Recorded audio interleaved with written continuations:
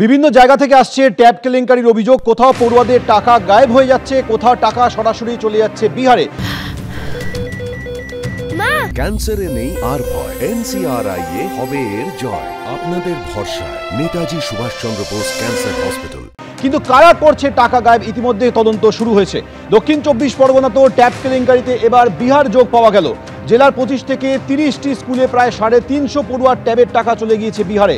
শুধুমাত্র দক্ষিণ 24 পরগনা নয়, এর পাশাপাশি মালদা থেকেও ট্যাব কেলেঙ্কারির অভিযোগ সামনে আসছে। দক্ষিণ 24 পরগনায় গড়মিলের অঙ্কটা প্রায় 35 লক্ষ টাকায়। সাগর, গোসাবা, কুলপি, কুলতলি, মগরাহাট, সোনারপুর, বারুইপুর, বজবজ, মহেশতলা অর্থাৎ জেলায় জেলায় ট্যাব কেলেঙ্কারির অভিযোগ সামনে আসছে। আমাদের সঙ্গে রয়েছে আমাদের বিভিন্ন প্রতিনিধিরা। গৌতম মণ্ডল রয়েছে করুণাময় সিংহ। প্রথমে গৌতম, তোমার কাছে জানতে চাইব, দক্ষিণ 24 পরগনার 25 থেকে 30টি স্কুলের প্রায় 350 পড়ুয়ার ট্যাবের টাকা গায়েব হয়ে গিয়েছে। কি বলছে কর্তৃপক্ষ এবং পুলিশ? দেখো সৌমেন, দক্ষিণ 24 পরগনা এই যে তরুণের স্বপ্ন প্রকল্প, এই যে ট্যাব একাদশ এবং দ্বাদশ শ্রেণীর পড়ুয়াদের যে ট্যাব দেওয়ার যে প্রকল্প, যেটা করোনার সময় থেকে শুরু করেছিল রাজ্য সরকার, সেই প্রকল্পে এখনো পর্যন্ত যা জানা যাচ্ছে জেলার 25 থেকে 30টি স্কুলে প্রায় 350 পড়ুয়ার রং ক্রেডিট হয়েছে। যেটা জেলা স্কুল পরিদর্শক সূত্রে জানা যাচ্ছে, সেটা যে রং ক্রেডিট প্রশাসনের পক্ষ থেকে বলা হচ্ছে। রং ক্রেডিটের অর্থটা কি? রং ক্রেডিটের অর্থ হচ্ছে এদের অ্যাকাউন্টে টাকা না ঢুকে অন্যত্র টাকা ঢুকেছে। আমরা এই ছবি দেখতে পেলাম কোথায়? সাগর, এই ছবি দেখতে পেলাম কুলপি, মগরাহাট, গোসাবা, কুলতলি, দক্ষিণ শহরতলি, সোনারপুর, বজবজ, মহেশতলা, বলা যেতে পারে জেলার সর্বত্র প্রায় 25 থেকে 30টি স্কুলের ক্ষেত্রে একই রকম ঘটনা ঘটেছে। সবচেয়ে বেশি যেখানে ঘটনাটি ঘটেছে রং ক্রেডিটের ঘটনা, সেটা হচ্ছে মহেন্দ্রগঞ্জ, সাগরের মহেন্দ্রগঞ্জ স্কুল। সেখানে আমরা কেস স্টাডি করলাম। সেইখানে কেস স্টাডি করার পর সেখানকার একজন সহশিক্ষক জানাচ্ছেন যে তাদের 31 জন পড়ুয়ার ক্ষেত্রে এই ঘটনা ঘটেছে।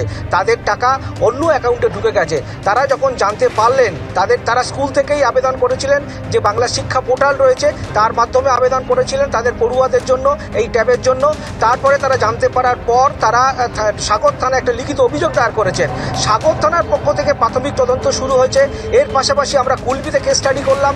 সেখানকার ক্ষেত্রে 15 জন পড়ুয়ার ক্ষেত্রে একই ঘটনা ঘটেছে।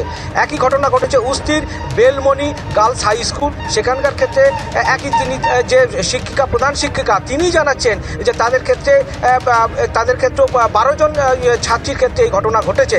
এবং তিনিও জানাচ্ছেন যে তিনি যখন বিভিন্ন ব্যাংকের সাথে যে পড়ুয়াদের যেখানে অ্যাকাউন্ট রয়েছে সেই সমস্ত ব্যাংকের সাথে যোগাযোগ করছেন, সেখান থেকে জানতে পারছেন তাদের IFSC কোড বদলে গেছে, তাদের অ্যাকাউন্ট নম্বর বদলে গেছে। কিন্তু সেটা কি করে হলো সেটা তারাও অবাক হয়ে যাচ্ছেন, কারণ তাদের থেকে যে অ্যাকাউন্ট নাম্বার এবং IFSC কোড পড়ুয়াদের দেওয়া হয়েছিল সেখান থেকে ভুল হওয়ার কোনো কথা নয়। কিন্তু কি করে এগুলো বদলে গেল?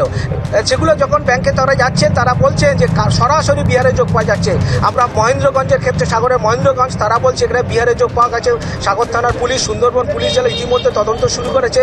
পুলিশ SP কটেশ্বর রাও, পুলিশ সুপার, তিনি জানিয়েছেন যে তদন্ত শুরু হয়েছে। কুলপিতে সেখানে আমরা সরাসরি জানতে পারলাম তাদের যে শিক্ষাকর্মী, তিনি জানাচ্ছেন সেখানেও বিহারে যোগ মিলেছে। প্রাথমিকভাবে ব্যাংক থেকে যে তথ্য পাওয়া গেছে এবং উস্তির ক্ষেত্রেও ব্যাংকের থেকে যে একেবারে, অর্থাৎ এই যে রং ক্রেডিটের কথা বলা হচ্ছে, প্রশ্ন হচ্ছে এটা কি প্রযুক্তিগত ত্রুটির কারণে পড়ুয়াদের অ্যাকাউন্টে যে টাকা পড়ার কথা ছিল সেটা অন্যদের অ্যাকাউন্টে চলে গিয়েছে, নাকি পরিকল্পনা করে দুর্নীতি করা হয়েছে? গোটা বিষয়টা পুলিশ তদন্ত করে দেখছে।